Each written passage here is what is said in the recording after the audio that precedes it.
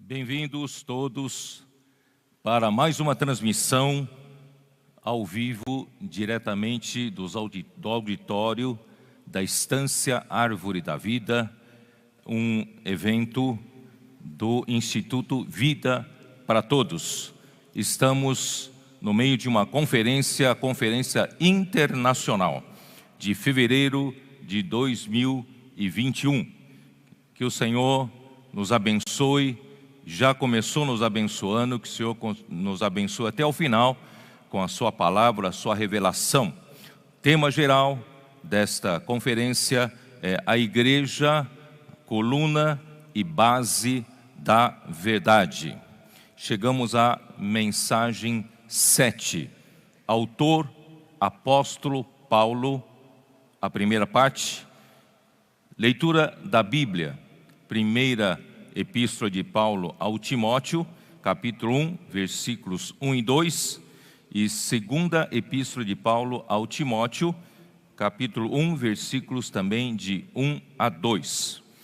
Antes de iniciar, eu queria dizer para vocês que a nossa intenção não é estudar tradicionalmente essas duas cartas de Paulo ao jovem Timóteo, porque Deus, Ele tem um plano a executar. Principalmente neste final dos tempos, Deus precisa de pessoas alinhadas com a vontade dEle, assim como nos disse o irmão Esdras ontem, que Deus, Ele está pronto para fazer a sua vontade, executar o seu plano. Todavia, Ele não o fará se aqui na terra não houver uma pessoa ou a igreja que esteja totalmente alinhada com a sua vontade. Então, a igreja aqui na terra tem esse privilégio ou até essa importância de dar início ao processo da execução da vontade de Deus. Então, o que eu quero dizer para vocês que não queremos fazer meramente uma conferência para estudar estes dois livros. Todavia, nós gostaríamos de que todos nós esquecêssemos todo um sistema religioso, todo um aparato teológico, nós voltemos para o que Deus tem para fazer, a vontade de Deus e como Ele quer executar. Vamos voltar à simplicidade e pureza dos primeiros tempos. Assim como quando o Senhor Deus, Ele chamou o seu povo de Israel, Ele deu-lhes a sua lei para que esse povo pudesse ter uma vida aqui na terra que desse testemunho a todas as outras nações quem esse Deus era e como Ele agia, os seus caminhos. Aquilo foi de uma pureza muito grande. Todavia, ao longo dos séculos, formou-se uma religião judaica com todos os seus ritos e com todas as tradições. Isso fez com que perdesse a pureza. E a igreja, a mesma coisa. Deus chamou um grupo de seus apóstolos e com um pequeno número de 120 galileus aguardando em Jerusalém que Deus derramasse do seu Espírito para que pudesse inaugurar uma nova era, a era do Espírito, é a era da igreja, e com aquela pureza da pregação do Evangelho iniciado pelos 12 apóstolos, e foi dada continuidade por meio do apóstolo Paulo. Todavia, nós sabemos que logo no final do primeiro século, mesmo registrados aqui nas duas cartas ao Timóteo, já entrou a degradação, já entrou muitas disputas religiosas, né, muitas novas formas de filosofia, de teologia já havia se criado. Portanto, queridos irmãos, ao longo desses 20 anos da história da igreja, nós também temos um sistema religioso formado no meio dos cristãos. Mas nós queremos sair fora disso. Nós pretendemos abordar esses dois livros não de uma forma teológica, não de uma forma de apresentação de doutrinas. Nós queremos levar os irmãos à pureza do Evangelho, à pureza da vontade de Deus. Portanto, queridos irmãos, eu tenho meu companheiro Ezra liderando uma equipe com dois outros cooperadores preciosíssimos, irmão André Dong e Miguel Mar. Eles vão entrar nas duas epístolas, né, no encargo da 1 Timóteo e também da 2 Timóteo. E eu me reservo na administração da contextualização, né, dessas duas cartas. Justamente, queridos irmãos, para ajudar vocês a entrarem na pureza, no ambiente, né, desse evangelho que foi iniciado, né, lá no começo, no primeiro século. Portanto, vamos pedir a Deus nos dar, né, nos dar essa graça de podermos sair de toda a poluição, né, religiosa, de toda a atmosfera teológica, doutrinária. Nós queremos entrar no coração de Deus, nós queremos conhecer a vontade de Deus e nós queremos ser meros cooperadores, canais adequados para Deus poder agir aqui na terra, principalmente neste final dos tempos. Eu gastei 2 mensagens para falar sobre o Timóteo, como Deus providenciou um cooperador íntimo, precioso, jovem, totalmente, né, moldado pelo apóstolo Paulo, claro, pelo Espírito Santo, por meio do apóstolo Paulo, e esse jovem substituiu a falta que fez a separação de Barnabé na sua segunda viagem, né, com Paulo. Portanto, e Deus então preparou esse jovem, pôde ser muito útil, né, nas mãos de Deus, e essa sintonia, esse alinhamento com o apóstolo Paulo, Timóteo era totalmente embora fosse muito jovem, mas ele já foi lançado nas dificuldades da obra. Ele aprendeu com o apóstolo Paulo passar por sofrimentos e focado, né, no alvo e na vontade de Deus. Ele foi um jovem muito, né, usado por Deus, principalmente fazendo e cooperando com Paulo numa cumplicidade incrível. E graças a Deus, queridos irmãos, ao falar dessas 2 mensagens, eu também disse que hoje, no final dos tempos, na igreja em Filadélfia, Deus também tem nos proporcionado vários cooperadores jovens, estão sendo preparados, já estão sendo nossos companheiros, parceiros fiéis, com a cumplicidade necessária para levar a cabo a vontade de Deus. Aqui não há disputa de posição, aqui não há disputa de primazia. Aqui nós somos membros do corpo de Cristo, estamos todos debaixo do comando do Espírito Santo para levar a cabo a vontade de Deus. E hoje eu vou entrar propriamente dito com relação ao apóstolo Paulo, tá? Apóstolo Paulo, tá? Eu vou começar. O apóstolo Paulo, ele é o autor das 2 cartas ao Timóteo.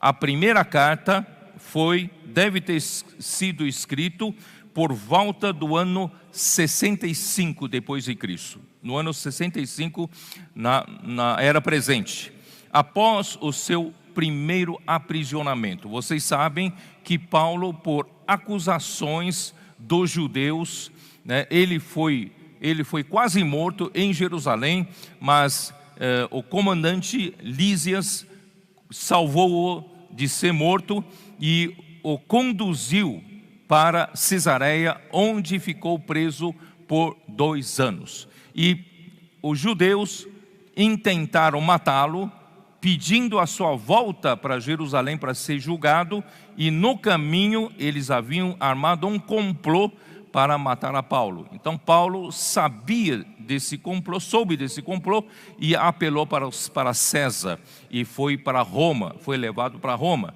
E em Roma ele foi tido, né? Ele foi aprisionado pela primeira vez. Só que ele tinha, graças a Deus, todos os privilégios, né, que um prisioneiro poderia ter, né? E ele alugou uma casa, embora estivesse acorrentado a um soldado romano, mas ele tinha liberdade de receber os cooperadores, receber os irmãos, receber as pessoas para a pregação do evangelho. Queridos irmãos, Paulo não perde tempo, quase toda a guarda pretoriana foi salva, e também muitos, né, dos que puderam ter contato com Paulo, né, assim como Onésimo, um escravo foragido, ele também se tornou um cooperador importante na obra do Senhor. Então Paulo é um evangelista, ele não para de pregar evangelho, dando oportunidade ou não dando oportunidade, ele estava lá sendo fiel à sua missão. Muito bem, então esse primeiro aprisionamento deve ter durado entre ano 62 até o ano 64. Então, no ano 64, ele foi solto temporariamente. Por quê? Porque não havia mais a pressão dos seus acusadores judeus lá em Roma. Então, como o processo ficou parado, ele foi solto temporariamente até que, né, alguém acionasse e desse continuidade a esse julgamento. Então ele foi solto e ele visitou, tá? Então vamos ler aqui Atos capítulo 28, versículo 19 a 20, 17 a 20, mostra o seu primeiro aprisionamento foi devido às acusações dos judeus. Vamos ler, capítulo 28, versículo 17. Eu vou ler desde o versículo 16 para vocês entenderem o que eu falei agora há pouco. Uma vez em Roma, foi permitido a Paulo morar por sua conta, tendo em sua companhia o soldado que o guardava. 3 dias depois, ele convocou os principais dos judeus, isso em Roma. Quando se reuniram, lhes disse: varões e irmãos, nada havendo feito contra o povo ou contra os costumes paternos, contudo vim preso desde Jerusalém, entregue nas mãos dos romanos, os quais, havendo-me interrogado, quiseram soltar-me sobre a preliminar de não haver em mim nenhum crime passível de morte.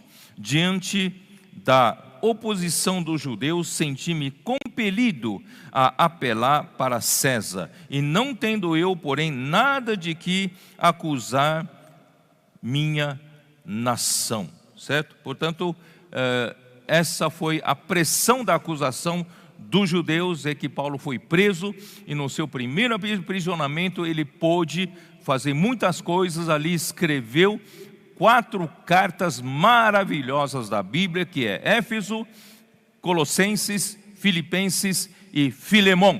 E das 4 cartas, 3 últimas que eu mencionei agora, né, que é Colossenses, Filipenses e Filemão, ele escreveu juntamente com o seu jovem cooperador Timóteo. Aí você vê que Timóteo ficou todo esse tempo com Paulo em Roma e sendo estando à disposição para Paulo enviar onde Paulo não poderia ir por estar preso, tá bom? Então, ele foi então libertado temporariamente por falta do prosseguimento das acusações. Paulo já esperava ele ser liberado. Dá uma olhada em Filipenses, Senhor Jesus. Filipenses, capítulo 1, versículo 25.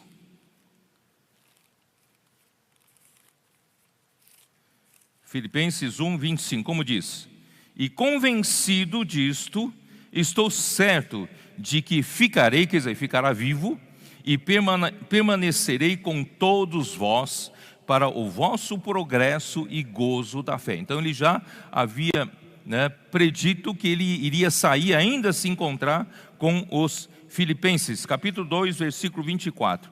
E estou persuadido no Senhor de que também eu mesmo brevemente irei. Então ele tinha essa esperança, essa expectativa da saída da prisão. E Filemão, a carta que ele escreveu ao Filemão, versículo 22.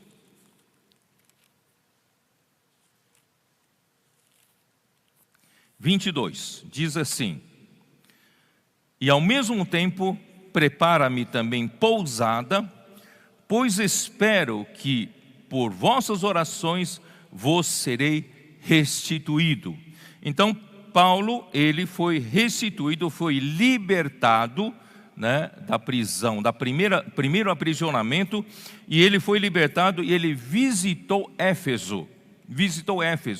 E de Éfeso ali foi para Macedônia. Só que antes de ir para Macedônia, Paulo deixou Timóteo. Essa é a razão de ser, de Paulo escrever a primeira carta ao Timóteo. Então deixou Timóteo em Éfeso, de onde em Macedônia ele escreveu a sua primeira carta ao Timóteo. Bom, agora, e a segunda carta? A segunda carta de Paulo ao Timóteo, ele já foi escrito quando Paulo de repente foi preso no seu segundo aprisionamento. Então eu vou descrever um pouquinho. Depois então de escrever a primeira carta, ele visitou Creta. Vamos abrir a nossa Bíblia em Tito,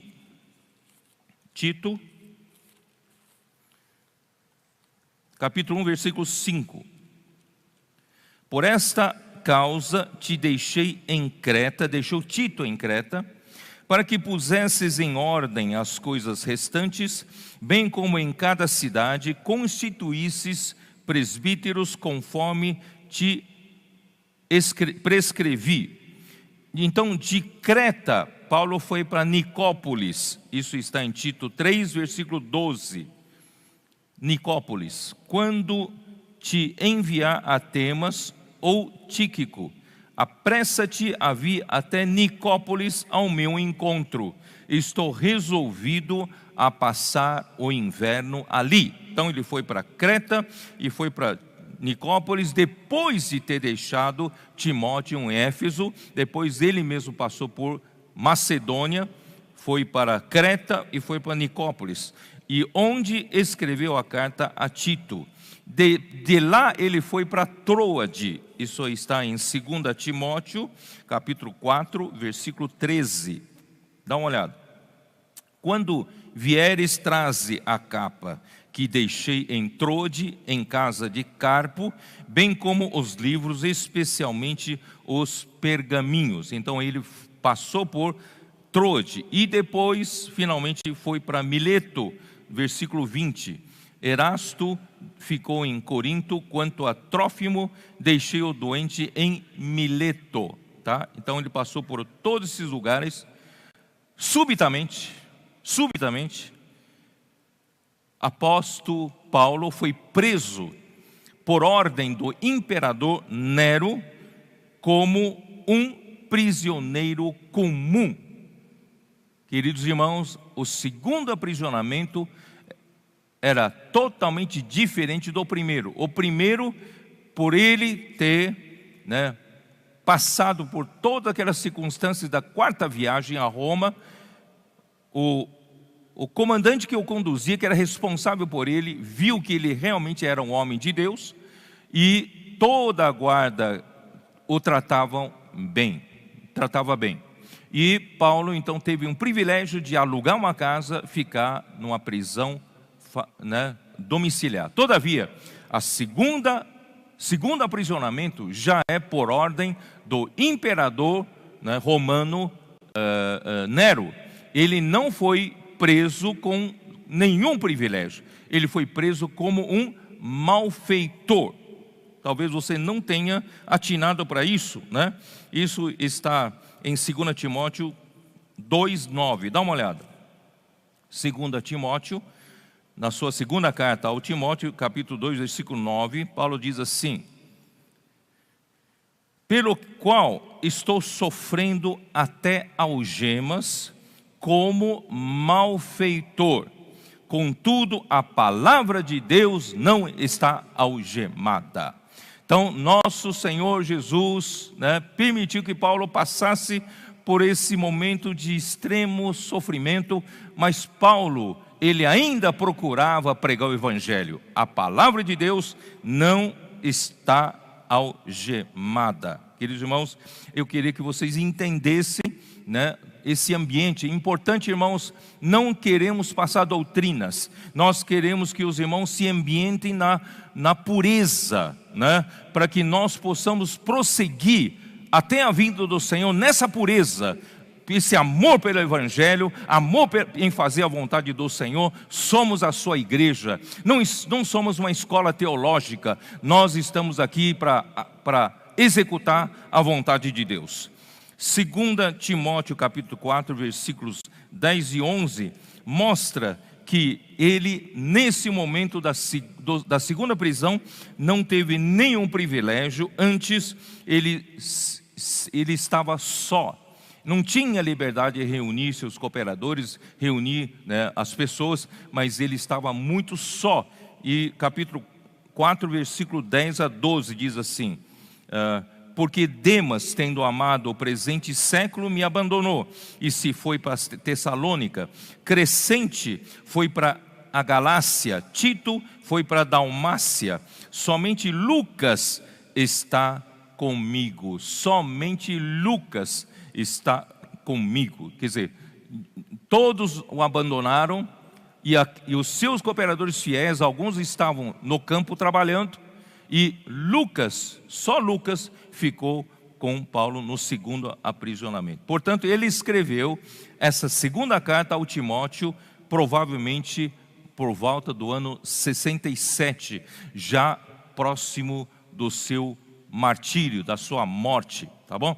Então, irmãos, em seguida, agora eu quero entrar no assunto que eu já abordei, mas eu quero consolidar esse sentimento, essa verdade. Após a ressurreição e ascensão de Cristo, o Espírito foi enviado para fazer a obra de Deus.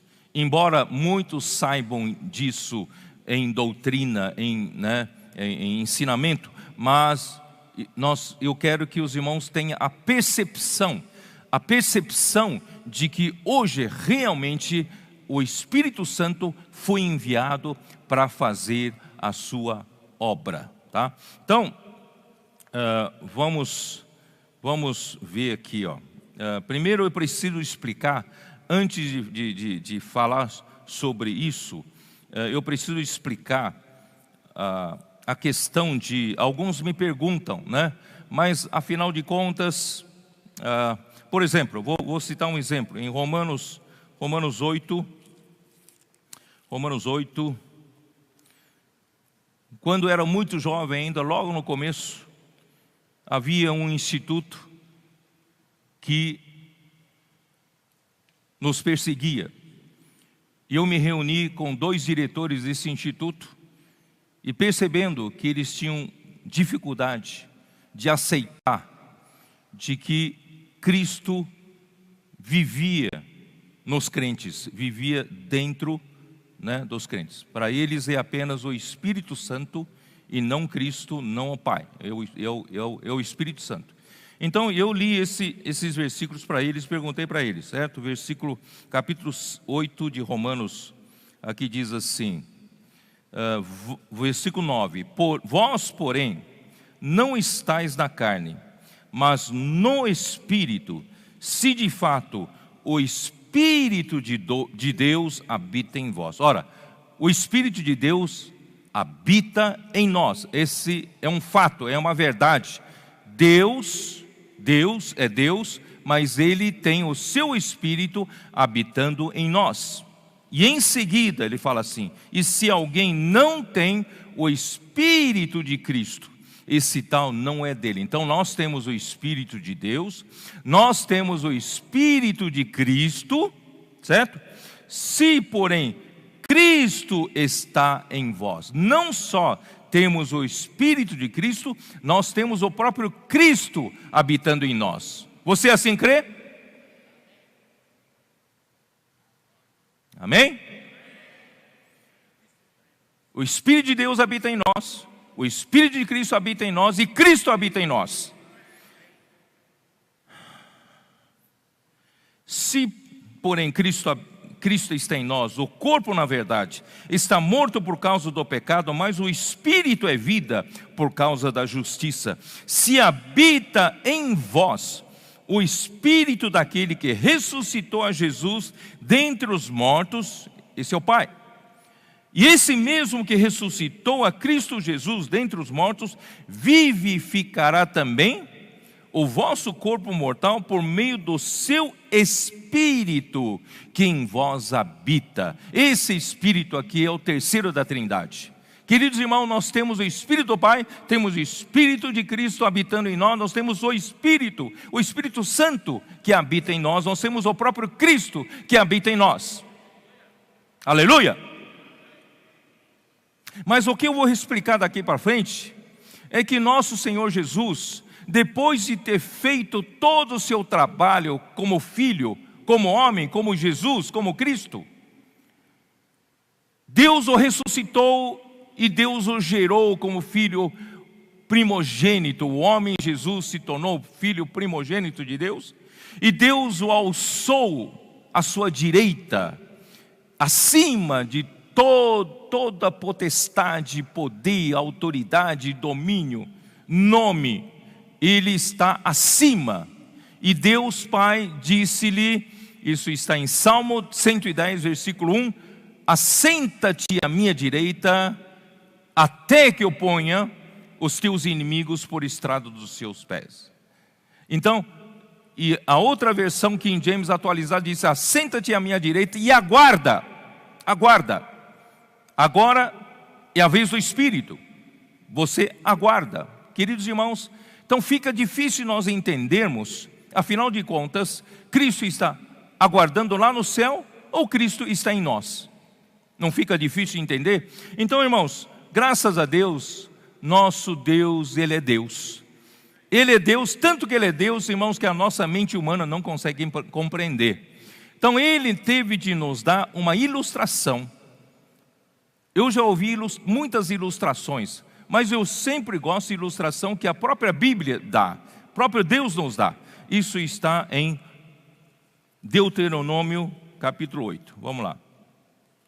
Deuteronômio capítulo 8.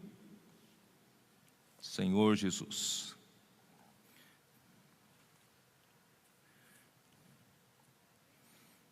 Versículo 7.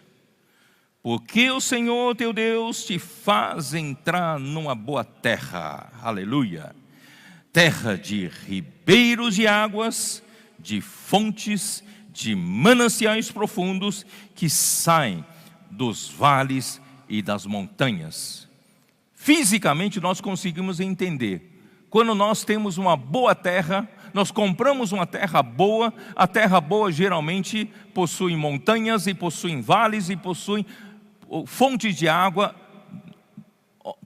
como nós chamamos de minas d'água ou óleos d'água, né? Então essa é uma boa terra, que tem montanha, que tem vale, que tem terra e tem água. E aqui descreve de uma maneira maravilhosa essa boa terra, irmãos, é Cristo. Essa boa terra é Deus quem nos dá. E essa boa terra também tipifica, né, a terra de Canaã, para onde nós entraremos no reino. Então, essa terra que é Cristo é muito rica. Ela é rica porque tem montanhas, tem vales, tem terra para produção, mas sem água nada produz. Graças a Deus, Deus é o suprimento de água para que essa terra se torne boa. Amém? E de onde vem a riqueza da água? A riqueza da água vem do manancial profundo, de armazenamento no subsolo. Existe um armazenamento de água enorme, um depósito enorme de água armazenado no manancial profundo. Todavia, o homem não tem acesso a esse manancial profundo. Esse manancial profundo é Deus. Deus. O próprio Paulo, ele descreve em 1 Timóteo, vocês podem ver, ele escreveu em 1 Timóteo, Senhor Jesus. 1 Timóteo, capítulo 4. Deixe-me ver aqui.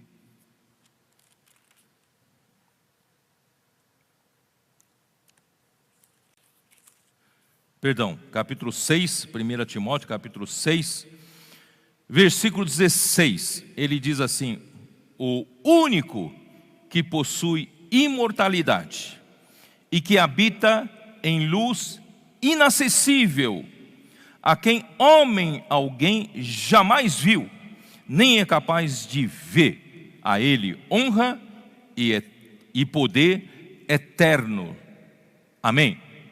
Então nosso Deus, ele habita na luz inacessível, e nenhum homem jamais ouviu, nenhum homem pode se aproximar dele, porque ele está em um lugar inacessível, ele habita a eternidade.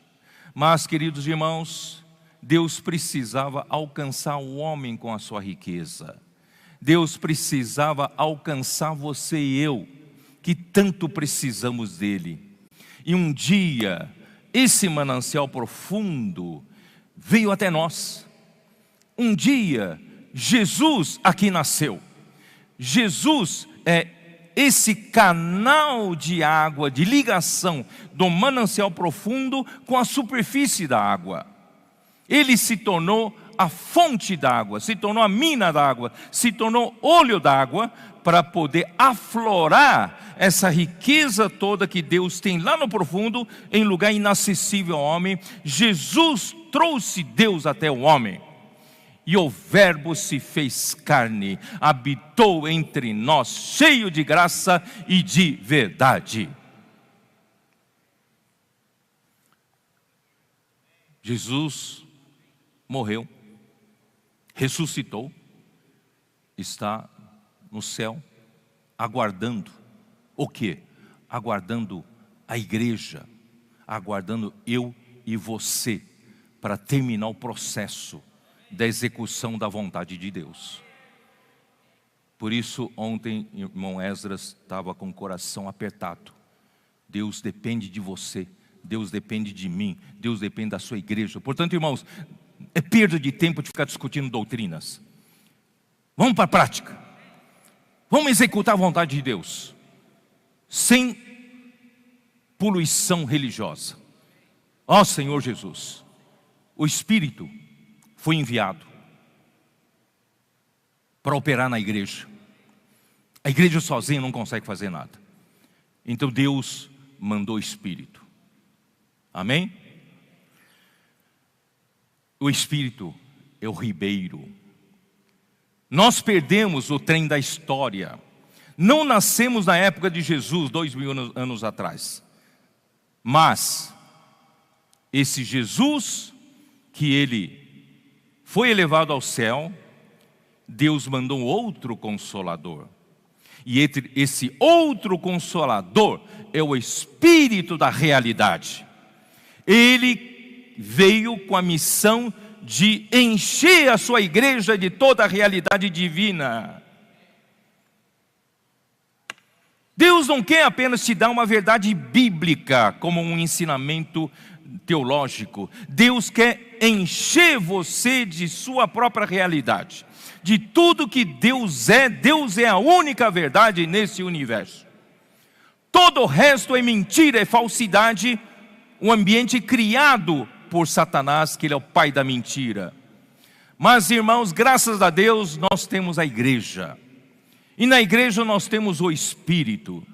E o Espírito é o Espírito da realidade, que traz toda a realidade divina até a igreja, até nós. Aleluia! Por isso, 1 Timóteo 3,15, né? 3,16, 15, como diz, ó Senhor Jesus. 15 diz assim: para que, se eu tardar, fique ciente de como se deve proceder na casa de Deus, que é a igreja do Deus vivo, coluna e base da verdade. Porque o Espírito da verdade, ele quer encher a igreja de realidade de Deus. Tudo que Deus é, tudo que Deus realiza, ele quer dar essa realidade para a igreja. Não é encher de conhecimento bíblico, ele quer nos encher com a própria realidade, o próprio Deus. E a igreja então se tornará essa coluna e base para sustentar a realidade, porque nós temos a realidade aqui no interior. Queridos irmãos, eu não quero me encher só de doutrinas, eu quero me encher de realidade. A igreja, com toda a realidade, nós vamos sustentar a própria verdade. E ontem o irmão Ezra explicou muito bem que é o grande mistério da piedade. Deus manifestado na carne. Graças a Deus. Bom, muito bem. Então, como Deus... Tá, então eu vou pedir para apresentar uma ilustração que eu pedi fazer ontem à noite. Saiu já quase 11 horas da noite, meia-noite. Ali está, vocês estão vendo essa figura, né?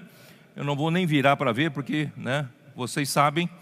Vocês estão vendo debaixo da terra um manancial imensurável, um manancial de riquezas de água imensuráveis.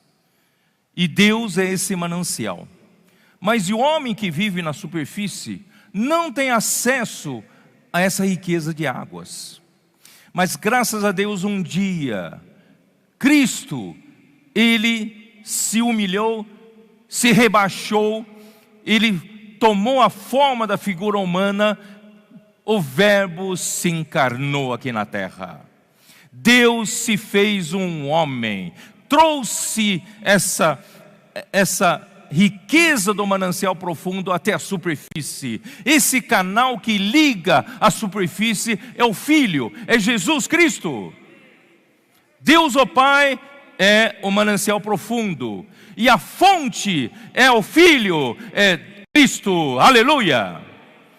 Finalmente houve uma comunicação entre Deus, que habita em lugar inacessível, ninguém se aproxima dele. Cristo trouxe tudo isso para a terra. E nós o temos visto, né? João falou que ele tem até apalpado, ele tem visto com relação ao verbo da vida, a palavra da vida.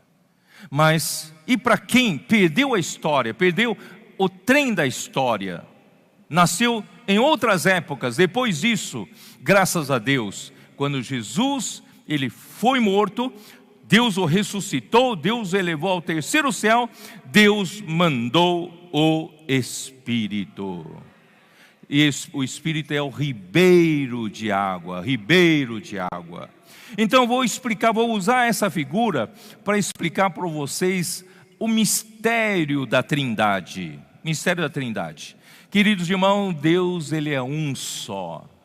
Não há três deuses. Pelo amor de Deus, não cometam essa heresia, esse erro. Deus é um só. Deus é um só. Mas por que a Trindade?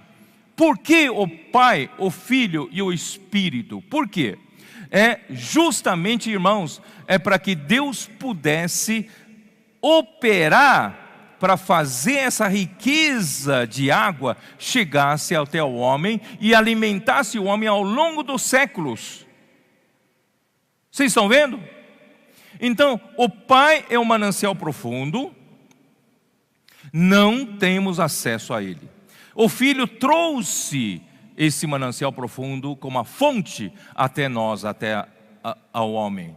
Mas o Espírito deu continuidade como um ribeiro para alimentar todos os seres humanos depois disso. Então, a Trindade é para operar a economia de Deus. Nós chamamos isso de no aspecto econômico. Talvez seja difícil para alguns que estão ouvindo essa palavra pela primeira vez. Para você, economia é poupança, guardar dinheiro e tal. Mas a economia na Bíblia é o plano de Deus para a sua casa. Então vou mudar de novo. Vamos dizer assim, né? O homem, né? O Deus triuno, o Pai, o Filho e o Espírito, é para Deus poder operar para fazer chegar a sua riqueza até o homem. E o que é um aqui nesses três? No manancial profundo, na fonte e no ribeiro. O que é comum é a água. Dá uma olhada outra vez na figura. A mesma água que está no manancial profundo está na fonte. E a mesma água que está na fonte está no ribeiro. Então, Deus, na essência, é um só. Se você bebe a água do ribeiro, você estará bebendo a mesma água da fonte, a mesma água do manancial profundo. Vocês estão entendendo? Então, na essência, Deus é um só. Quando você desfruta das riquezas de Deus, você estará desfrutando das riquezas do Deus triuno. O Deus triuno é só para levar essa riqueza até você, para chegar até você. Vocês estão entendendo? Então, quanto à operação, nós temos o Pai, Ele quem manda, Ele é a cabeça de todas as coisas. Nós temos o Filho que executou uma belíssima parte da operação. E agora, irmãos, a era do Espírito operar. Mas a essência da operação é uma só, é o próprio Deus, é a vida de Deus, é a água, é a graça, aleluia. Portanto, irmãos, nós temos que entender essa figura para nós entendermos um pouco sobre o Deus triuno. Como eu disse, a nossa mente ainda é uma mente cartesiana, uma mente limitada pelo tempo e espaço. Nós não conseguimos entender totalmente, mas um dia nós entenderemos. Mas de qualquer forma, essa ilustração nos ajuda muito, ou não? Nos ajuda muito a entender. Muito bom, vamos lá. João 14, vamos lá. João 14, versículos 2 e 3. Na casa de meu pai há muitas moradas, se assim não fora, eu vou-lo teria dito. Vou, pois, preparar-vos lugar. Jesus estava na véspera da sua morte, da sua crucificação. Ele abriu seu coração para os seus discípulos mais íntimos, dizendo que ele ia morrer para preparar o lugar. E quando eu for e vos preparar lugar, eu voltarei. Eu vou, mas eu voltarei. Eu vou morrer, vou partir até o Pai, mas eu vou voltar. Voltarei e vos receberei para mim mesmo. Queridos irmãos, esse voltar, ele voltará em forma do Espírito. Ele ia como filho, como Cristo, morreria como filho, mas quando ele morresse e fosse recebido pelo Pai, ele voltaria em forma do Espírito para nos receber para dentro dele. Para que onde eu estou, estejais vós também. Eu estou no Pai, eu vou, através da minha morte e ressurreição, quando eu voltar em forma do Espírito, eu vou poder receber vocês no Pai. Aleluia! Quem recebeu o Espírito. Quem recebeu Cristo para dentro de si, quem recebeu esse Espírito, levou para o Pai. Nós hoje estamos em Deus, hoje nós estamos no Pai. Muito bom.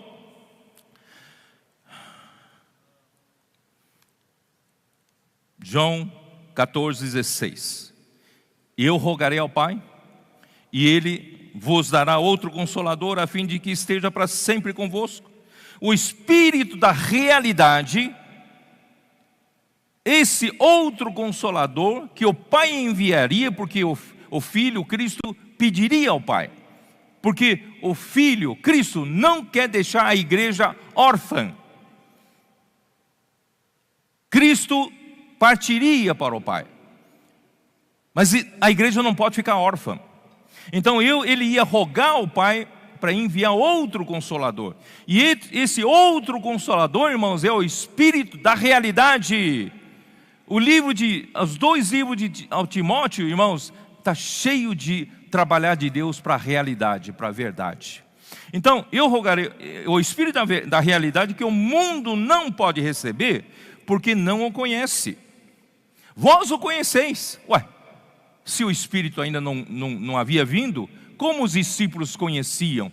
Né? Vós o conheceis porque Ele habita convosco. Quer dizer, eu sou esse Espírito que virá. Porque eu habito com vocês, Jesus habita com vocês, mas quando eu morrer e ressuscitar, eu estarei dentro de vocês, e eu estarei em vós. Portanto, quem está nos assistindo, se você ainda não aceitou Jesus como seu Salvador, se você ainda não recebeu o Espírito como vida para dentro de si, essa manhã, faça agora mesmo. Diga: ó Senhor Jesus. Invoque esse nome, entrega a sua vida para esse Senhor. Diga para Ele que você não é mais dono da sua vida. Diga para Ele que Ele é o seu Senhor a partir de agora. E você diga para Ele: confesso os meus pecados, perdoe os meus pecados. Ó Senhor Jesus, a partir de agora eu quero ser teu. Eu creio em Ti. Eu creio que Deus o ressuscitou dentre os mortos. E agora é o Espírito que pode habitar também em mim. Se você assim o fizer, o Espírito vai entrar em você. Esse Espírito que entrar em você também é Cristo, também é Deus, também é o Espírito de Deus, também é o Espírito de Cristo, é Cristo, também é um Espírito. Amém? Acabou a confusão? Tá bom, vamos lá. Não vos deixarei órfãos, voltarei para vós outros. Irmãos, embora Cristo objetivamente está sentado à direita de Deus, aguardando que Deus o faça, né, por estrado dos pés seus inimigos, dando descanso dos seus inimigos. Mas quem vai operar isso até lá? Quem vai operar, irmãos, é a igreja. E como a igreja vai operar? A igreja humanamente não tem mínima condições para fazer isso. Graças a Deus, irmãos, Deus mandou o Espírito. Deus mandou o Espírito. João 20, versículo 21, 22. Disse-lhes, pois, Jesus outra vez: paz seja convosco, assim como o Pai me enviou, e eu também vos envio. E havendo dito isto, soprou sobre eles e disse-lhes: recebei o Espírito Santo. Jesus já havia sido crucificado, Deus já havia o ressuscitado, e agora ele já estava voltando em forma do Espírito. Ele podia soprar. Vocês sabem que em grego o sopro é a mesma palavra para o Espírito. Então Jesus, ele já havia sido ressuscitado, ele já havia se transformado em Espírito, quando ele soprou assim, ó, para dentro dos discípulos que estavam naquele recinto, e ele disse: recebei o Espírito Santo. Então aqueles discípulos receberam de primeira mão o Espírito para dentro de si. O Espírito essencial, como vida, como a natureza de Deus, entrou neles. Irmãos, assim também quando nós cremos em Jesus, esse mesmo Espírito entrou em nós como vida. Mas não termina aqui. Mateus, último capítulo de Mateus. Mateus 28.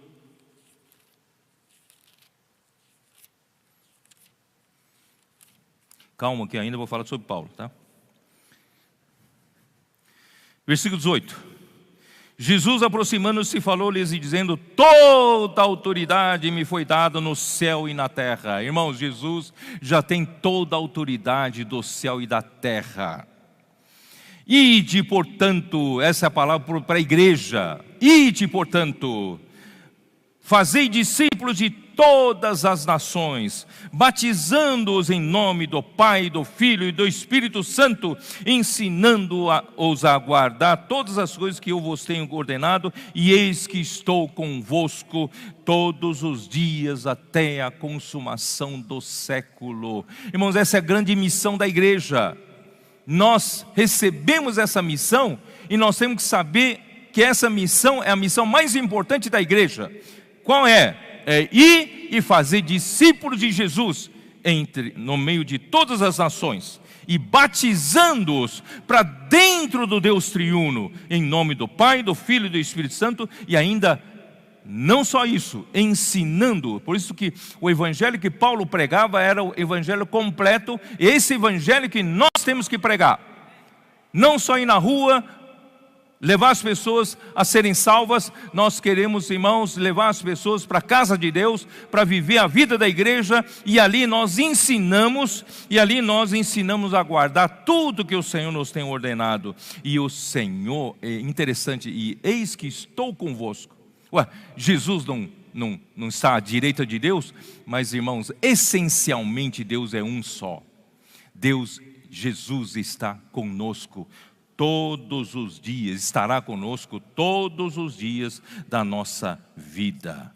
Enquanto fizermos o que o Pai quer, nós cumprimos com a nossa responsabilidade, Ele é conosco. Por isso ontem, irmão Ezra deixou muito claro, irmãos, a oração não é pedir o que eu quero, a oração, irmãos, é nos alinhar com a vontade de Deus. Quando aqui na terra, Deus encontra uma pessoa alinhada com a vontade de Deus e faz oração, Deus faz a sua obra, né? Então, vamos ver também Marcos 16, versículo 19.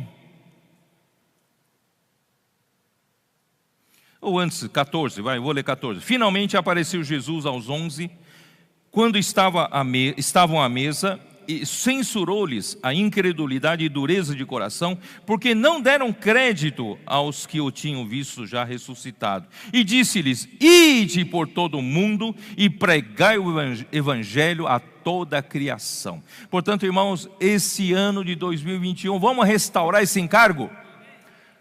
É a missão da igreja. Vamos pregar o evangelho, mas não o evangelho parcial. Vamos pregar o evangelho completo. Versículo 19. De fato, o Senhor Jesus, depois de lhes ter falado, foi recebido no céu e assentou-se à destra de Deus. Jesus Cristo acabou de falar com os seus discípulos, foi assunto ao céu, e lá ele assentou-se à direita de Deus. O Filho ficou lá. E eles tendo partido, a igreja não fica parado. Quando Deus nos fala uma missão, Deus nos dá uma palavra profética, a igreja não pode ficar parada. Não pode ficar só na teologia, não pode ficar só discutindo doutrina. Nós temos que obedecer a palavra profética. Tendo eles partido, pregaram em toda parte. Irmão, nós temos que pregar em toda parte. Isso de fato já está acontecendo entre nós. Somos um pequenino rebanho. Somos formados por um número insignificante de pessoas. Mas o Senhor tem nos abençoado. O Senhor tem usado esse pequenino rebanho para pregar esse evangelho a uma grande multidão. Os comportores dinâmicos estão nas ruas, todos os dias. Nós fizemos um cálculo por baixo, número bem conservador. Somente pelos comportores dinâmicos, nós estimamos que por ano 22 milhões de brasileiros estão recebendo oração. Estou falando no Brasil. 22 milhões de brasileiros estão recebendo a oração, conectando essas pessoas com Deus. É coisa pequena? É feito por um pequenino rebanho. Não é um grupo grande de milhões de pessoas. Ó Senhor Jesus, porque o Senhor pôs a mão aqui. Nós temos o Avança Jovem, está alcançando muitos jovens. Nós, humildemente, irmãos, não temos grandes condições econômicas e financeiras. O Senhor nos deu 3 carretas de expolivro para circular pelo Brasil.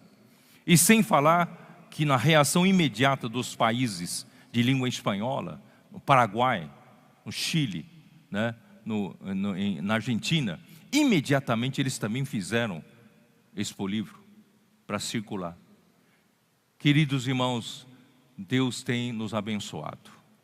Nós temos o Bucafé, nós temos os grupos familiares, nós temos a vida da igreja que tem uma rede de cuidado.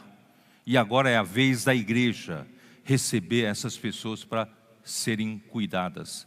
Irmãos, todos os dias, ontem ainda eu estava lidando com uma pessoa que pediu socorro, pediu ajuda e quer ajuda da igreja. Irmãos, isso está acontecendo todos os dias, todos os dias. Então, a igreja não pode estar dormindo. A igreja tem que estar acordada para receber essas pessoas e cuidar bem dessas pessoas. Amém? E eles, tendo partido, pregaram em toda parte, cooperando com eles o Senhor. O Senhor está à destra do Pai ou está aqui? Irmãos, essencialmente é um só. Vocês estão entendendo? Essencialmente, o mesmo que está lá à destra de Deus, aguardando a igreja, com a ajuda do Espírito, realizar a vontade de Deus, esse mesmo Senhor está aqui conosco quando nós operamos para fazer a vontade de Deus. Cooperando com eles o Senhor e confirmando a palavra por meio de sinais que se seguiam. Queridos irmãos, são sinais demais, capaz de a gente se acostumar e tornar comuns. Esses sinais estão acontecendo entre nós. Irmãos, não vamos desvalorizar, vamos valorizar tudo que o Senhor está fazendo entre nós. Muitas pessoas estão sendo alcançadas. Muito bem. Ó Senhor, aí o que aconteceu? Atos capítulo 1. Meu Deus do céu. Atos, eu pensei que conseguia terminar rápido, mas rápido. Atos capítulo 1, versículos 4 e 5.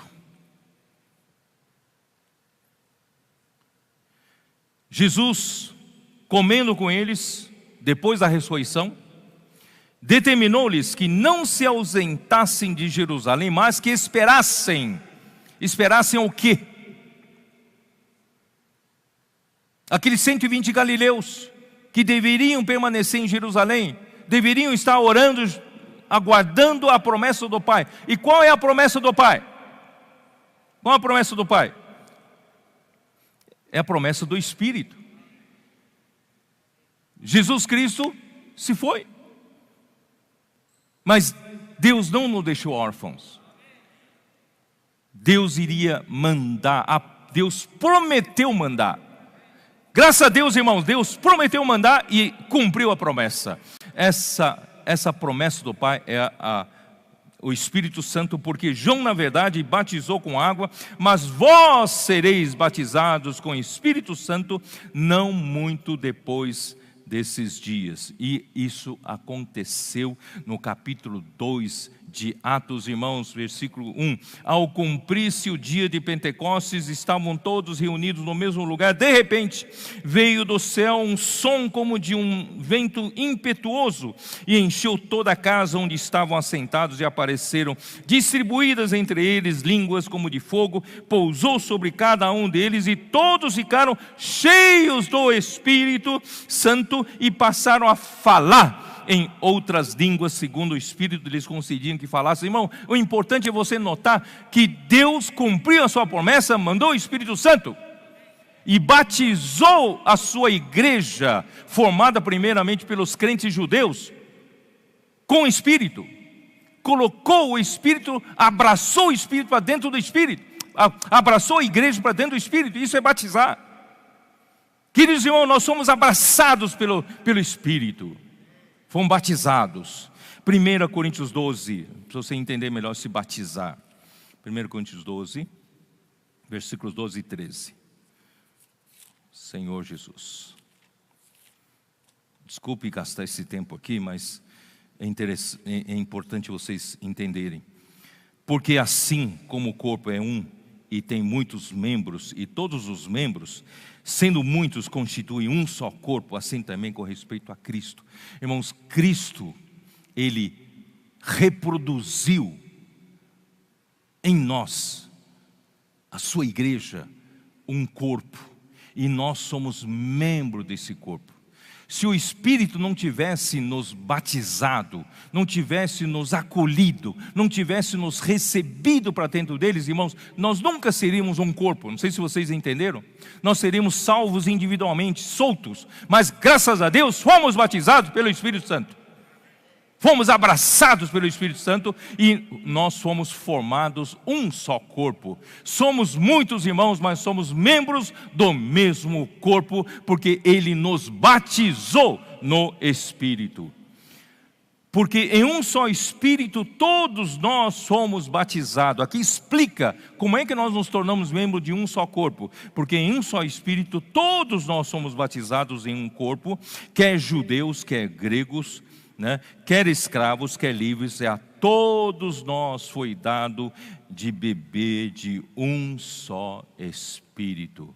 Nós somos abraçados, envolvidos, recebidos lá dentro do Espírito, e nós bebemos todos os dias do mesmo Espírito. Então esse Espírito está nos saturando por fora e por dentro. Nós vamos formar uma só entidade com esse Espírito, e nós vamos nos casar com Cristo. Você não está animado, mas eu estou animado. Atos 10. Atos 10.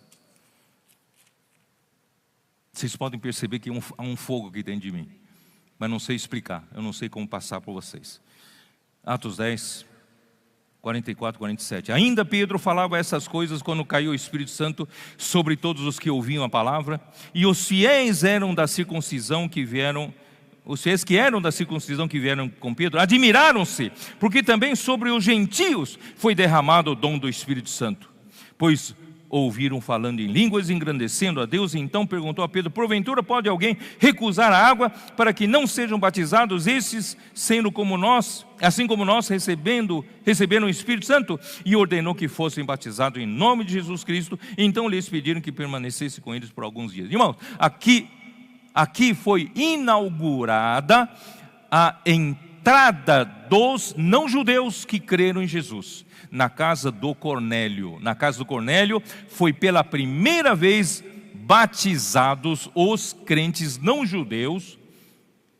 Então Pedro abriu a porta para os judeus crentes, também abriu a porta para os gentios crentes. Então hoje, irmãos, nós fomos todos abraçados em um só corpo.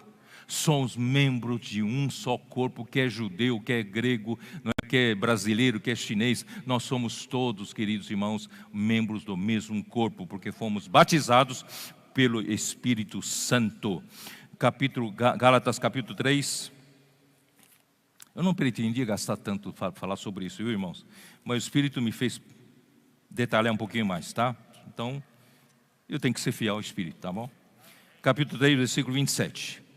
Porque todos quantos fostes batizados em Cristo, de Cristo vos revestistes.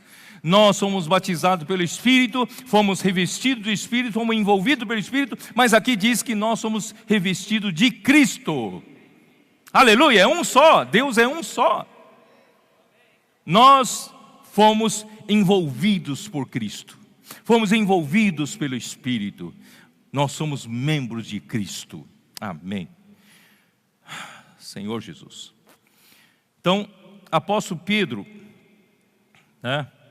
capítulo Atos, vamos voltar para o Atos, capítulo 2. capítulo 2.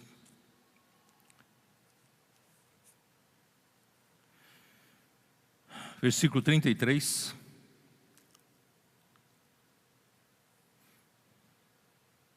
Versículo 32 diz: a este Jesus Deus ressuscitou, do que todos nós somos testemunhas. Pedro era testemunha de que Cristo Jesus ressuscitou.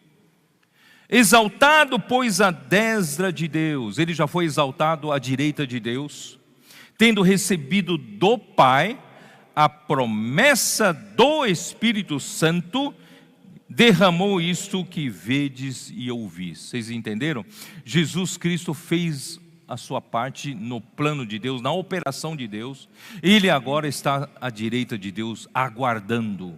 E agora Deus derramou o Espírito no dia do Pentecostes. Irmãos, esse Espírito derramado continua entre nós. Está aqui operando, irmãos, todos os dias está operando. Ó Senhor Jesus! O homem é muito limitado, mas o Espírito, irmãos, é onipresente, onisciente, é onipotente. Ele pode fazer tudo. Quando nós saímos à rua, o Espírito nos encaminha uma pessoa. Ore por essas pessoas. Posso orar por você?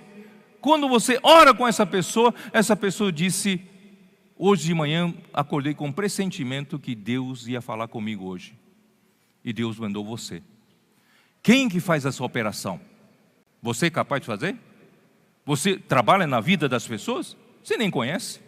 Irmãos, o Espírito opera em todos. O Espírito opera tudo em todos. Então o Espírito, ele é capaz de fazer a obra do Pai, porque ele recebeu a responsabilidade do Pai para fazer o trabalho hoje na terra, com a igreja cooperando com ele. Senhor Jesus. Capítulo 2, versículo... Bom, não vou ler, está um pouco, já gastei muito tempo aqui. Irmãos, quando chegou a época de Paulo, quem que enviou Paulo e Barnabé? Quem? Atos 13, versículo 2: e servindo eles ao Senhor, na igreja de Antioquia, haviam 5 profetas e mestres. Barnabé está em primeiro lugar, Saulo está em último. E servindo eles ao Senhor e jejuando, disse o Espírito Santo, disse o Espírito Santo, disse o Espírito Santo. Irmãos, agora é a hora e a vez do Espírito. E a igreja precisa viver no Espírito, cooperar com o Espírito, ser um com esse Espírito, porque esse Espírito, queira você ou não, ele vai executar a vontade do Pai, porque ele é responsável por isso. E todas as palavras que vocês têm ouvido, de ontem à noite, quando Esdras falou, irmãos, é o Espírito comandando, o Espírito falando com você. Deus está trabalhando por meio do Espírito. Que o Senhor possa nos abrir nossos olhos. Nós estamos na era do Espírito. E o Espírito, irmãos, eu vou já antecipar um pouquinho, depois eu explico melhor, mais lá na frente. Irmãos, nós estamos na era dos 7 Espíritos. Não só a era do Espírito, como no começo do livro de Atos. Mas, irmãos, nós já estamos na era do livro de Apocalipse, do último livro da Bíblia. Estamos bem pertinho da volta do Senhor. Então esse Espírito, irmãos, precisa se intensificar. Esse Espírito, quando chegar no final dos tempos, quando a maldade se multiplica, o mistério da iniquidade se intensifica, e a igreja precisa cumprir o que Deus determinou. Então Deus manda os 7 Espíritos de Deus aqui na terra para cooperar com a igreja. Por isso, irmão, tudo se intensificou, tudo se tornou muito mais rápido, é ou não é? Você não está entendendo nada. A comportagem, como era a comportagem? O amigo, como era a comportagem? Você saía, corria atrás das pessoas, principalmente dos pastores, e fazia segunda viagem, terceira viagem por cobrança e nada acontecia. Você ficou inadimplente por acho que 150 mil, alguma coisa assim. Você ficou com problema de consciência entre nós. Irmãos, hoje, os comportadores dinâmicos, pela ação dos 7 espíritos, estão contatando cada dia, cada um deles está chegando a nível de 100 livros por dia distribuídos. 100 livros. Quando começou, 50 livros era um padrão muito alto. Agora são 100 livros distribuídos e muitos estão passando disso. Queridos irmãos, é ou não é a ação dos 7 espíritos? 7 espíritos. E a pandemia aconteceu de tal maneira que essa palavra transmitida por meio do Instituto Vida para Todos está alcançando muitas outras pessoas que nós no outro tempo não teríamos alcançado. É ou não é verdade? Eu tive que agora, no meio da semana, fazer uma viagem relâmpago para Maranhão resolver uns problemas. Eu fui e voltei. Irmãos, ali nós encontramos as pessoas que também estão assistindo nossa transmissão da palavra profética e estão nos acompanhando, gostando, né? Essas pessoas, uma das pessoas me disse o seguinte: ouvindo vocês falarem de Deus, de Cristo, eu não fico enjoado de ouvir, porque toda vez no passado alguém falava de Deus, de religião para mim, eu ficava enjoado, não aguentava ouvir mais. Mas quando ouço vocês falarem, mais eu sou atraído, eu quero ouvir mais, quero ouvir mais. Irmãos, isso está no interior do Maranhão, lá no interiorzão. Irmãos, o que está acontecendo? O Espírito está andando com a intensificação 7 vezes mais rápida. As pessoas estão sendo alcançadas. Então, hoje, irmãos, a igreja precisa cooperar com o Espírito. Nós não podemos, os que não são comportadores dinâmicos, os que não estão, né, fazendo nenhum trabalho hoje na rua por causa da pandemia, nós não podemos ficar passivos, nós não podemos ficar no sofá, não podemos virar uma igreja de sofá. Nós temos que sair assim que pudermos, e mesmo não podendo sair fisicamente, vamos fazer sair a palavra de Deus por meio da internet, né? Ó Senhor Jesus, muito bem. Aí já falei, Salmo 110, versículo 1, o Senhor, né, declarou ao meu Senhor: assenta-te à minha direita, até que eu ponha por estrado dos teus pés os teus inimigos. Aguarda que eu faço, né? Então a igreja tem essa missão, a igreja tem essa responsabilidade. Queridos irmãos, eu gostaria de comentar de novo Gênesis 24. Vocês ficam enjoados de tanto eu falar de Gênesis 24? Não. Gênesis 24, irmão, Gênesis 24 é um capítulo que fala que Deus Pai, que é prefigurado por Abraão, procura uma esposa para seu filho Isaque, que prefigura Cristo, o Filho de Deus, e envia o seu servo mais antigo da casa, que é o Espírito, para buscar essa noiva, que é a Rebeca, que é a igreja. Tá? Essa história de Gênesis 24, versículo 1. Era Abraão já idoso, bem avançado em anos, e o Senhor em tudo o havia abençoado. Disse Abraão ao seu mais antigo servo da casa, que ele fazia? Ele governava tudo o que Abraão possuía. Ele administrava todos os bens de Abraão. Queridos irmãos, o Espírito hoje administra todos os bens do Pai. Por isso, queridos irmãos, ele precisa terminar a sua obra. Ele quer fazer a sua obra. Ele se intensificou 7 vezes mais para terminar essa obra, porque estamos no final dos tempos. Não há tempo mais para indolência, não há tempo mais para preguiça, para passividade. A igreja precisa se levantar junto com esse servo mais velho da casa, que administra todos os bens da casa. Ele tem uma responsabilidade: buscar a noiva, preparar a noiva para casamento com Cristo.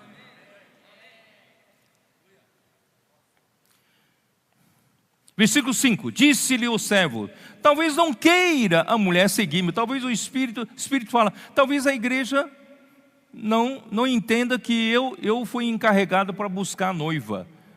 Talvez a igreja não queira me seguir. Então, segui-me para essa terra, nesse caso. Levarei teu filho à terra onde saísse. Quer dizer, então, acho que eu vou levar o Isaac para ver se essa mulher me segue, né? Irmãos, mas nós conseguimos ver que o Espírito é o próprio Cristo. Nós conseguimos ver que Espírito é o próprio noivo, né, que foi enviado por Deus para nos buscar. E versículo 6 diz: respondeu-lhe Abraão: cautela, cautela, não é isso não. Não faças voltar para lá, meu filho. Meu filho já fez o seu trabalho, já venceu todas as coisas, já está à minha direita. Não faça voltar para lá mais. Vai você. Amém? Versículo 15. Considerava ele ainda quando saiu Rebeca, filha de Betuel, filho de Milca, filho de Naof, irmão de Abraão, trazendo um cântaro ao ombro. A moça era muito formosa de aparência. Irmão, a igreja é muito bonita. A igreja é linda demais para o Senhor, para Cristo. Saiu Rebeca, né? Isso, né? A moça era muito formosa de aparência, virgem. Paulo queria desposar os coríntios como virgem pura, a um só esposo, Cristo. E nós somos virgens. É ou não é? Ou seu coração está dividido? Ou seu coração só tem Cristo? Ou seu coração também tem outras coisas? Sua posição, riqueza, dinheiro, né? Seu casamento, sua família. Irmãos, embora sejam todos importantes, mas irmãos, Cristo deve ser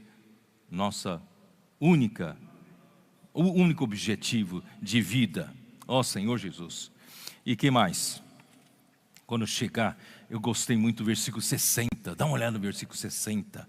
Irmãos, porque Cristo, quando a Rebeca chegar, for preparada para casamento, irmãos, o Espírito está fazendo esse trabalho. Ele está preparando a Rebeca, está preparando a igreja. Por isso que o próprio Cristo, no Efésios capítulo 5, diz: Ele está lavando com a água da palavra, está santificando a igreja, está purificando a igreja com a lavagem de água da palavra. Para quê?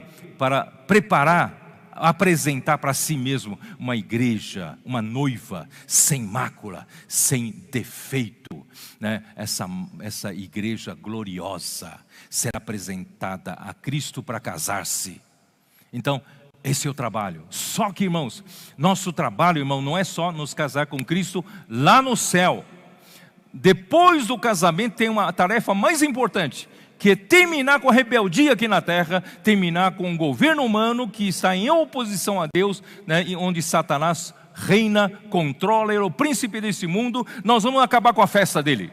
Então essa noiva que vai se casar, Rebeca que vai se casar com Isaac, vai precisar ainda lutar contra os inimigos, na última guerra de Armagedon. Então essa Rebeca tem que ter essa habilidade. Dá uma olhada no versículo 60. Abençoaram a Rebeca e lhe disseram: és nossa irmã, se tu a mãe de milhares e milhares, muita gente, né? A igreja vai ser formada de muita gente, milhares e milhares, e a tua descendência, preste atenção nisso, e que a tua descendência possua a porta dos seus inimigos. A igreja está aqui para derrotar inimigo. Quem quer fazer parte? Quem quer se apresentar voluntariamente no dia da convocação, no dia da guerra do Senhor? A igreja se dispôs hoje, irmãos, a se convocar para essa guerra. E os jovens santos também, como gotas do orvalho, como milagre da aurora, perto do sol nascer. Irmão, nós estamos vendo um milagre. Muitos jovens estão se consagrando para o Senhor entre nós. Enquanto muitos jovens estão se perdendo nesse mundo, tem muitos jovens da igreja estão se consagrando ao Senhor como milagre da aurora. Irmãos, por quê? Porque todos nós estamos nos preparando para o quê? Possuir a porta dos nossos inimigos. Vamos para essa guerra? Senhor Jesus.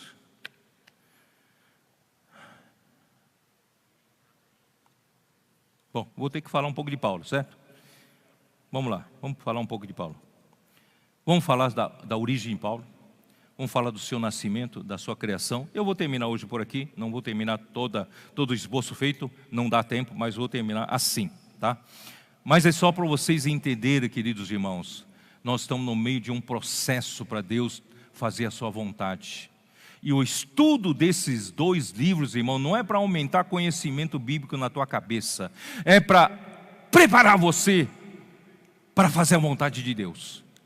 Assim como Paulo, ele foi preparado pelo Espírito para ser, desculpe-me falar assim, irmãos, ele foi um dos homens mais usados por Deus em toda a história da igreja. Ele foi, ó Senhor Jesus, ele foi o plano da economia de Deus, o plano de Deus, o propósito eterno de Deus sempre foi um mistério para o homem. O homem não consegue entender com essa mente cartesiana, essa mente limitada. Mas graças a Deus, Deus nos deu o Espírito para poder sondar as coisas espirituais. Mas Deus precisa nos dar revelação. E Deus deu essa revelação para o nosso querido apóstolo Paulo. Irmãos, eu agradeço a Deus por esse homem. Deus preparou esse homem. Deus deu uma porção muito grande para esse homem. Irmãos, ele recebeu revelação diretamente de Deus, de praticamente toda a parte, o conteúdo principal do plano de Deus, irmãos, foi revelado por Paulo.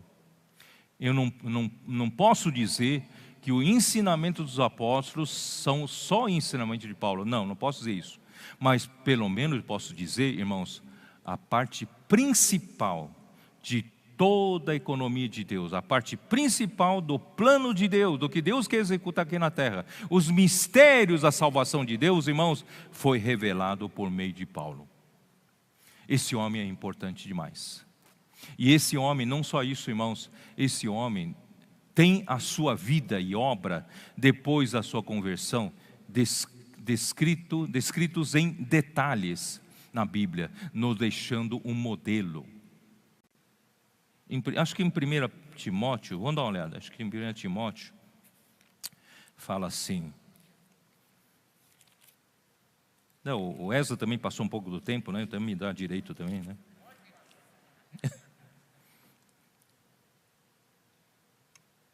Ó Senhor Jesus. Onde está isso? Está aqui. Capítulo 1, versículo 12. Paulo, ele sempre se sentia devedor a Deus. Sou grato para com aquele que me fortaleceu, Cristo Jesus, nosso Senhor, que me considerou fiel, designando-me para o ministério. A mim, que noutro tempo era blasfemo e perseguidor e insolente. E eu blasfemava. Ele nunca blasfemou contra Deus, porque ele sempre fiel a Deus, mas ele blasfemou contra Jesus, sempre duvidou da divindade de Jesus, certo?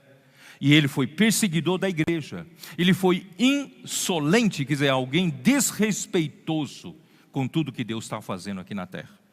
E que mais? Mas obtive misericórdia, pois o fiz na ignorância, na incredulidade. Transbordou, porém, a graça de nosso Senhor com a fé e o amor que há em Cristo Jesus.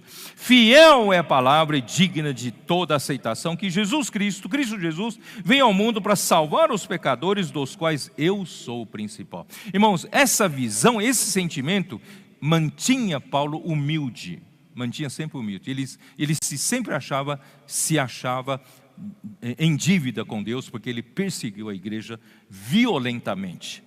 Mas por esta mesma razão me foi concedida misericórdia, para que em mim o principal evidenciasse Jesus Cristo a sua completa longanimidade. Realmente, irmãos, Senhor Jesus revelou completa longanimidade sobre esse homem.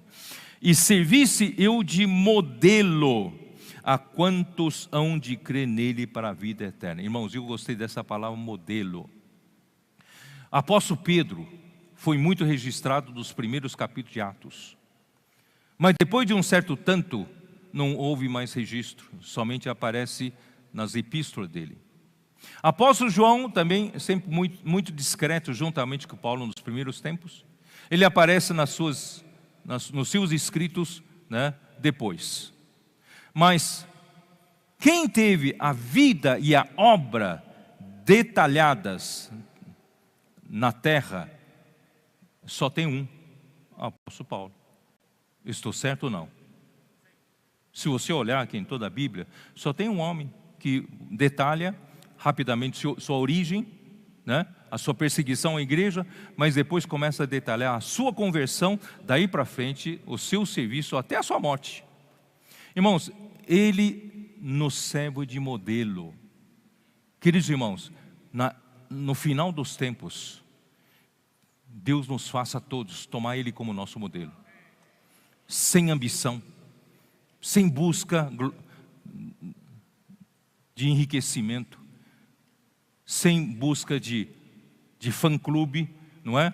Ele nunca aproveitou para ganhar dinheiro, pelo contrário, trabalhou com suas próprias mãos para servir a igreja.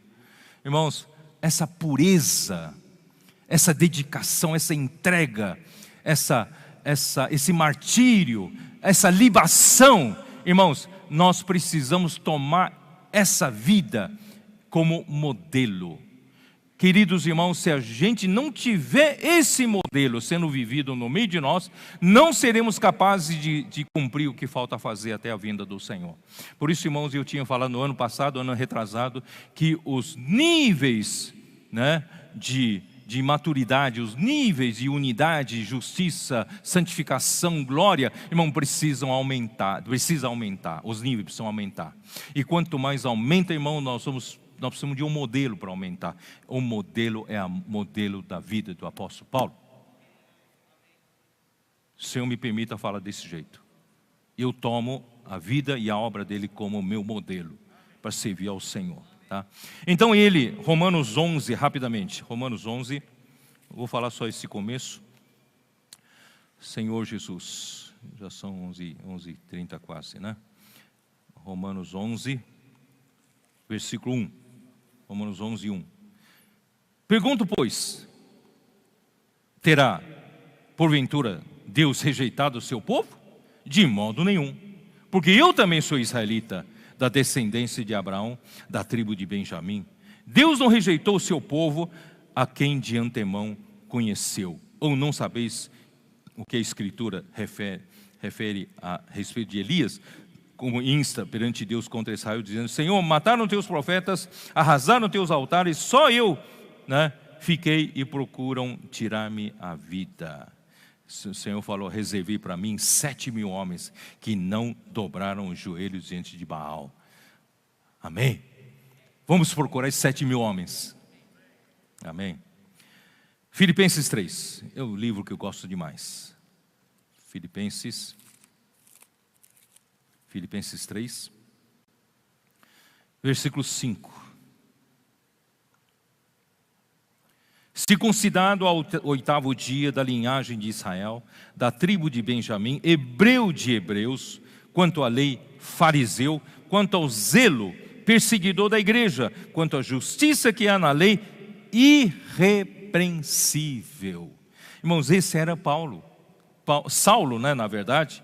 Saulo foi circuncidado ao 8º dia. Não sei se vocês sabem, um judeu genuíno, original, né, ele é circuncidado ao 8º dia. O povo árabe também circuncida, mas circuncida em outro tempo. Somente os judeus legítimos seguem a lei de Deus, são circuncidados ao 8º dia. Paulo era de raça pura, da linhagem de Israel, da tribo de Benjamim. Ele é hebreu de hebreus. Alguns têm a mãe hebreia, mas o pai grego, como Timóteo. Mas ele não, ele tinha pai hebreu e mãe hebreia. Então, hebreu de hebreus. Quanto à lei, ele era fariseu, era uma seita mais rigorosa, uma seita que buscava a palavra de Deus, a lei de Deus. E quanto ao zelo, ele foi perseguidor da igreja. E quanto à justiça que é na lei, ele era irrepreensível. Quanto à lei, ele era irrepreensível. né? Mas o que para mim era lucro, isso considerei perda por causa de Cristo. Não vou falar isso sobre agora. E Atos 22, tem que falar um pouquinho disso, pelo menos para justificar o título, certo? Atos, cadê o Atos? Atos capítulo 22, versículo 3. Eu sou judeu, nasci em Tarso da Cilícia, mas criei-me nessa cidade Jerusalém, e aqui fui instruído aos pés de Gamaliel, segundo a exatidão da lei de nossos antepassados, sendo zeloso para com Deus, assim como todos o sois no dia de hoje. Tá? Então esse era o currículo, né? Ele nasceu em Tarso. Então, irmão, deixe-me explicar um pouquinho Tarso. Tá? Tarso era uma cidade grega dominada pelo Império Romano, o que o torna Paulo, que nasceu em Tarso, originalmente romano de nascimento. Então, o Tarso pertencia ao Império Romano. Quem nascesse em Tarso tinha cidadania romana. Paulo era romano de nascimento. Isso está em Atos 22, 28, não vou ler. E Tarso era capital da Cilícia, é uma província romana, capital da Cilícia. Em Atos 21, 39 diz assim: respondeu-lhe Paulo, eu sou judeu natural de Tarso, cidade não insignificante da Cilícia, e rogo-te que me permitas falar ao meu povo. Quer dizer, ele nasceu num lugar importante, né? Uma cidade importante, era famosa por seu intenso comércio e berço de literatura. Ali era berço de cultura, uma cidade muito culta. Os tutores dos imperadores Augusto e Tibério foram de Tarso. Então Tarso era uma cidade famosa por isso. Na idade escolar, ele foi educado em Jerusalém pelo mais reconhecido mestre do judaísmo do seu tempo, Gamaliel. A história fala de Gamaliel como um dos mais eminentes doutores da lei. As escrituras relatam que ele era moderado em suas opiniões e possuidor de grande sabedoria, mas ele criou um Saulo radical, extremista, né? Em Tarso, Saulo aprendeu a fazer tendas, pois era costume salutar entre os judeus ensinar seus filhos algum ofício. Tá? Então por isso ele aprendeu a fazer tendas, e lhe foi útil em Corinto, quando esteve lá sozinho, precisava ganhar dinheiro para seu sustento, para fazer a obra de Deus. Bom, irmãos, eu vou parar por aqui. Eu só quero dizer para vocês, irmãos, a minha intenção não é passar um pouco de conhecimento para vocês, mas eu queria que vocês entrassem nesse ambiente, desvestisse da roupagem religiosa, desvestisse da roupagem doutrinária, né? Vamos entrar também na nossa história, vamos entrar na história de Pedro, mas praticando a nossa história. E a nossa história, irmão, já é outro tempo, já é final dos tempos. Bom, como eu trouxe aqui, irmãos, eu vou ler com você. Como eu trouxe aqui um livro do Davi Ben-Gurion, foi o fundador do Estado de Israel em 1948. Ele escreveu um livro, O Despertar de um Povo, né, reivindicando, né, esse povo tem direito a um chão, a uma terra, a um estado, tal. Então logo no primeiro capítulo, só para você, ele fala de Paulo, tá? Saul, ele chama de Saul de Tarso. Isso está na página 21, quem tiver, tá? Saul de Tarso, São Paulo, ele que escreveu aqui, tá? Foi provavelmente o maior assimilacionista da história judaica. O que é assimilacionista? É alguém que promoveu integração de raças e também de culturas diferentes para evitar, né, conflitos na convivência. Então, esse, segundo ele, tá? Ele foi o maior assimilacionista da história judaica. Ele transformou os ensinamentos e a vida de um modesto judeu de Nazaré, que é Jesus, né? ele não quer citar o nome dele. Um modesto judeu de Nazaré que viveu e morreu como judeu. Ele arrancou-o ao seu ambiente e à sua orientação judaicos, converteu-o num símbolo divino. Ele, o Davi, claro, não é cristão. Ele lamenta que, ele vê a capacidade de Paulo, que era tão grande, que tornou, Jesus um ser divino, que ele de fato era. Onde estou? Senhor Jesus. Fundando a religião cristã, que conquistou toda a Europa num tempo relativamente breve. Mas é isso que eu quero dizer para vocês. O reconhecimento dos judeus de que Paulo teve uma repercussão tremenda no seu trabalho. Você vai ler um Paulo, parece tão limitado no tempo, você não sofreu tanto, a perseguição, a prisão e tal. Irmãos, Deus usou esse homem grandemente. O evangelho, irmãos, se espalhou pela Europa num tempo relativamente breve. Saulo de Tarso, que mudou seu nome para Paulo, aceitou aparentemente os valores humanistas e universais do judaísmo. Quer dizer, ele é pró-judaico, então ele puxa tudo para o judaísmo. Mas ainda que ele tenha escrito e entregue aos seus novos correligionários o maravilhoso hino de amor ao homem, ele considera a 1 Coríntios capítulo 8 como um hino de amor à humanidade, um dos mais belos da literatura universal. Os adeptos da religião do amor arrastaram o povo judeu para o patíbulo durante séculos e converteram a Europa no inferno, não sendo em vão que se denomina aquela época medieval, a época do obscurantismo. Quer dizer, houve realmente uma perseguição por parte dos chamados cristãos, aos judeus na era medieval, na era do obscurantismo. Mas isso não é obra de Paulo, isso não tem nada que ver, tá? Então eu quero só dizer para você, existe um reconhecimento do trabalho de Paulo, também por um judeu, fundador do Estado de Israel. Bom, que o Senhor nos abençoe, nos coloque nesta conferência, irmão, nesse clima, nesse ambiente. Irmão, nós estamos concluindo o que aqueles primeiros apóstolos começaram.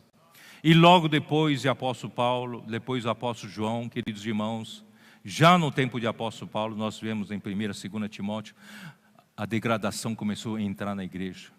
E a igreja começou a declinar-se.